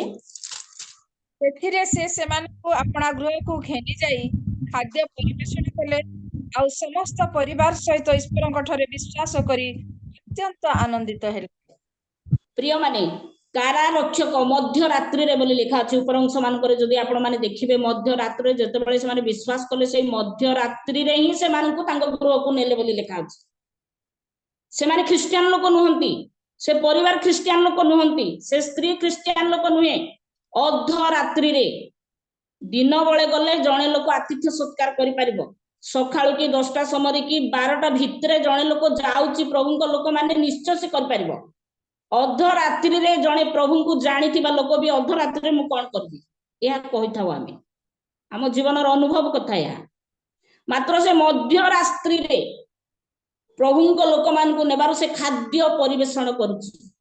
ପ୍ରିୟମାନେ, ଏହା ବହୁତ ଇମ୍ପୋର୍ଟାଣ୍ଟ ବିଷୟ। ଅନେକ ସମୟରେ ଏପରି କଷ୍ଟ ଯୋଉଟା ଆମେ କରିପାରିନଥାଉ, ଯୋଉଟା ସହଜ, ଏପରି ବିଷୟ ହିଁ ଆମେ କରିଥାଉ। ମାତ୍ର ସେଦିନ ସେ ସ୍ତ୍ରୀ ଜଣେ ଖ୍ରୀଷ୍ଟିଆନ ଲୋକ ନୁହନ୍ତି, ମାତ୍ର ପ୍ରଭୁଙ୍କୁ ବିଶ୍ୱାସ କଲା ପରେ ପ୍ରଭୁଙ୍କ ଲୋକମାନଙ୍କ ପାଇଁ ସେ କେମିତି ଆତିଥ୍ୟ ସତ୍କାର କରିଛି। ଅନେକ ସମୟରେ ପ୍ରଭୁଙ୍କ ଲୋକମାନେ ଆମ ଗୃହକୁ ବାରମ୍ବାର ଯେତେବେଳେ ଆସନ୍ତି, ଆମେ ଟିକେ ବିତୃଷ୍ଣା ହେଇଯାଇଥାଉ, ବା ସେ ପଳେଇ ଆସିଲାଣି ବୋଲିକି ଭାବିଥାଉ। ମାତ୍ର ପ୍ରଭୁଙ୍କ ଲୋକମାନଙ୍କୁ କରନ୍ତୁ, ଯୋଉମାନେ ପ୍ରଭୁଙ୍କ ନାଁରେ ଆସୁଛନ୍ତି ଆପଣଙ୍କର ଗୃହକୁ, ଆପଣଙ୍କର ସ୍ତ୍ରୀକୁ କୁହନ୍ତୁ, ଅଧରାତ୍ରି ହଉ, ବେଳା ଗଡି ଯାଉ କି ବେଳା ଥାଉ, ଯାହା ଅଛି ତାହା ପରିବେଷଣ କର। ଯହିଁରେ ଆମମାନଙ୍କର ଆଶୀର୍ବାଦ ରହିଛି। ଜଣେ ଯଦି ପ୍ରଭୁଙ୍କ ନାଁରେ ଆସୁଛି, ଆମେ ପ୍ରଭୁଙ୍କୁ ତାହା କରୁଛୁ। କାରଣ ଦିନେ ଯୀଶୁ କହିବେ, ତୁମେ ମୋହର ଲୋକମାନଙ୍କୁ କରିଥିବାରୁ ମତେ ତୁମେ କରିଛ, ଏଥିପାଇଁ ଏ ଆଶୀର୍ବାଦର ପାତ୍ର ହୁଅ ବୋଲି କହିବେ। ଆମେ ଆଶୀର୍ବାଦର ପାତ୍ର ହେବାକୁ ହେଲେ କର୍ମ ନ କରି ଆମେ କେବେ ଆଶୀର୍ବାଦ ପାଇପାରିବା ନାହିଁ। କଥାରେ କହିଲେ ହେବ ନାହିଁ, କାର୍ଯ୍ୟ କରିବାକୁ ପଡିବ। କଥା ତ ଆମେ ବହୁତ ବଡ ବଡ କହିଥାଉ, ମାତ୍ର କାର୍ଯ୍ୟ କରିପାରିନଥାଉ। ଆମେ ଅଙ୍ଗୁଳରେ ଉଠେଇବା ପାଇଁ ମଧ୍ୟ ଇଚ୍ଛା କରିନଥାଉ। ମାତ୍ର ପ୍ରଭୁଙ୍କ ଦୃଷ୍ଟିରେ ଦାନ କରିବା, ସେବା କରିବା, ଏହା ନିତାନ୍ତ ଦରକାର। ପ୍ରଭୁ ଯୀଶୁ ଖ୍ରୀଷ୍ଟ ଯେତେବେଳେ ଜଗତକୁ ଆସିଲେ, ସେ ସେବା କଲେ, ସେ ଦାନ କଲେ, ଲୋକମାନଙ୍କୁ ଖାଇବାକୁ ଦେଲେ। ଯୋଉମାନେ ନିରୀହ ଅବସ୍ଥାରେ ଥିଲେ, ଯୋଉମାନେ ଦୁଃଖଗ୍ରସ୍ତ ଥିଲେ, ଯୋଉମାନେ ଅନ୍ଧ ଥିଲେ, ତାଙ୍କ ଠାରେ ଯୋଉ ଟ୍ୟାଲେଣ୍ଟ ଥିଲା ସେଇ ଟ୍ୟାଲେଣ୍ଟ ହିଁ ସେ ବ୍ୟବହାର କଲେ। ପ୍ରଭୁ ତାଙ୍କୁ ଯାହା ଦେଇଥିଲେ ଆମକୁ ସେ ତାହା ଶିଖାନ୍ତି, ଆମେ କରିବା ପାଇଁ ସେ ଶିଖାନ୍ତି। ଆମେ କହିଥାଉ ମାତ୍ର କରି ନଥାଉ। ଆମମାନଙ୍କର ଜୀବନରେ ତାହା କରିବା ଆମମାନଙ୍କର ଆବଶ୍ୟକ ରହିଛି। ସେଦିନ କାରାରକ୍ଷକଙ୍କର ସ୍ତ୍ରୀ ଅର୍ଦ୍ଧରାତ୍ରିରେ ଖାଦ୍ୟ ପରିବେଷଣ କରୁଛନ୍ତି, ବିଶ୍ୱାସ କରୁଛନ୍ତି, ସେମାନେ ବାପ୍ତିଜିତ ହଉଛନ୍ତି। ଏମାନଙ୍କ ଠାରେ ଏଇ ଗୁଣ ପ୍ରଭୁ ଦେଇଛନ୍ତି, ଏଇ ଗୁଣ ଅନ୍ୟମାନେ ଦେଖିଛନ୍ତି। ପ୍ରିୟମାନେ, ଆମେ ସମସ୍ତେ ଜାଣିଥିବା କଥା। ଗୋଟିଏ ପଦ ମୁଁ ପଢି ଶେଷ କରିବି। ଯାକୋବ ପୁସ୍ତକ 2:25 ପଦର କାହିଁ କେହି ଜଣେ ପଢିବେ।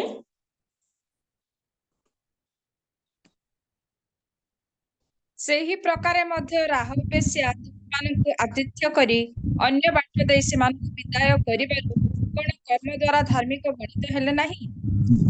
ଧନ୍ୟବାଦ। ପ୍ରଭୁ ଗୌରବ ପାଆନ୍ତୁ। ଆମମାନଙ୍କୁ ଶିକ୍ଷା ଦେଇଛନ୍ତି। ଯଦି ସେଦିନ ରାହାବ ବେଶ୍ୟା ସେ ଯଦି ପ୍ରଭୁଙ୍କ ଦୂତମାନଙ୍କୁ ଯେବେ ଆତିଥ୍ୟ କରି ସେ ଏଇ ସମସ୍ତ ଆଶୀର୍ବାଦ ସେ ପାଇଛି, ତାହେଲେ ଆମେ କରି କାହିଁକି ଆମେ ନ ପାଇବା? ଆମେ ମଧ୍ୟ କରିବା ଆମମାନଙ୍କର କର୍ତ୍ତବ୍ୟ। କାରଣ ଆମେ ଯାହା କରିବା, ଆମେ ଯୋଉ ପ୍ରଭୁଙ୍କ ଠାରେ ବିଶ୍ୱାସ କରୁଛୁ, ବିଶ୍ୱାସ ଦ୍ୱାରା ପ୍ରଭୁ ଆମମାନଙ୍କୁ ଧାର୍ମିକ ଗଣିତ କରିଛନ୍ତି। ବିଶ୍ୱାସ ଦ୍ୱାରା କରିଛନ୍ତି ବୋଲେ ବିଶ୍ୱାସରେ କର୍ମ ବି ଅଛି। ଯଦି ଆମେ କର୍ମ କରିବା ନାହିଁ, ଆମମାନଙ୍କର ବିଶ୍ୱାସ ବୃଥା। ପ୍ରିୟମାନେ, ଏ ସ୍ଥାନରେ ଲେଖା ଅଛି, ସେହି ପ୍ରକାରେ ମଧ୍ୟ ରାହାବ ବେଶ୍ୟା ଦୂତମାନଙ୍କୁ ଆତିଥ୍ୟ କରି अन्य बाट देई सेमानकु विदाय करिबारु कोन कर्म द्वारा धार्मिक गणित हेले नाही प्रिय माने से कर्म द्वारा धार्मिक गणित होइछंती कर्म करिछंती कोन कर्म आतिथ्य सत्कार करिछंती सेमानकर जहा आवश्यक थिला ठीक समय ताहा से करिछंती करी सेमानकु विदाय देइछंती सेथि पय से धार्मिक गणित होइछंती आमे समस्त जानु अब्राहमकर कथा कर्म द्वारा से धार्मिक गणित हेले प्रभु जहा कहले ताहा से कले जदि बा कष्ट तथापि से करि पारिछंती प्रिय माने आज आसंतु आमे गुणवती स्त्री रो कथा अनेक समय आमे व्याख्या करिथा मात्र तार गुण कोन कोन से कोन करिबार तांको गुणवती स्त्री बोली कुहा गला आ सेही कथा आमे निज जीवन रे जानिबा उचित जानिबा दरकार करिबा दरकार ता जीवन रे से कर्म गुडी को से करिथिबारु अनेक वाक्य रे अछि बाइबल रे अछंती गुण करिथिबा लोक माने अछंती गुण न करिथिबा लोक माने मध्ये स्थान रे अछंती अनेकंकर कथा माने वाक्य रे देखि पारिथाओ अविकल रो कथा तार कार्य पाए तांको स्वामी जणे केमिति निष्ठुर व्यक्ति से केमिति निज लोक मान को रक्षा करिया पाए केमिति सत चेष्टा तांको ठारे ए टैलेंट ए गुण थिला अनेक लोक माने अछंती एस्टर रानी कथा अनेक अनेक कथा अछि आमे वर्णना कले सरीबो नाही वाक्य रे एई परी आमे स्त्री माने हेबा दबा पुरुष माने हेबा दरकार स्त्री मान को जे आज शिक्षा दिया जायछि ताहा नुहे पुरुष मान को पाए मध्ये दरकार जहा करिबा पाए प्रभु कोनति ताहा आमे करिबा नितांत आवश्यक कारण वाक्य रे लिखा अछि आमे निजरु कहू ना आमे जदि करिबा ताहाले आमे आशीर्वाद पाइबा धार्मिक गणित होबा आमे जदि गुणवती स्त्री जहा जहा कला सेठी पाए ताको गुणवती स्त्री बोली वाक्य रे लिखा है आमे करिबा नाही आम गुण के प्रकाश करिवे आम ठारे ए गुण अछि बोली के देखिबे आमे करिबा द्वारा ही लोक माने देखिबे प्रभु आमान को विशेष करी आज रो शिक्षा द्वारा बुझिया पाए सहाय्य करंतु आशीर्वाद करंतु विशेष करी प्रभु को धन्यवाद दे मध्य प्रतीकों को मोर भक्तिपूर्ण नमस्कार आमेन आमेन आमेन धन्यवाद माँ बहुत बहुत धन्यवाद आज महिला समिति सभारे उपस्थित है सुंदर भावरे स्त्री मानकर गुण जहाँकि आवश्यक रही अति सुंदर भावरे गुणवती स्त्री रो जे जणे गुणवती स्त्री कहीदेले केवल हेबो ना किंतु ता मध्यरे कोन कोन गुण रहिबार आवश्यक अछि अति सुंदर भावरे विभिन्न नारी मानक नहीं कि शिक्षा देइथिबारु आपनको बहुत बहुत धन्यवाद दे प्रेज द लॉर्ड मां प्रभु आशीर्वाद करंतु अनुग्रह करंतु ए प्रकार आपनको ऑनलाइन ऑफलाइन माध्यम रे प्रभु तांकरी गौरवार्थे वाक्य दे आपनको व्यवहृत करंतु प्रेज द लॉर्ड मां असंत माने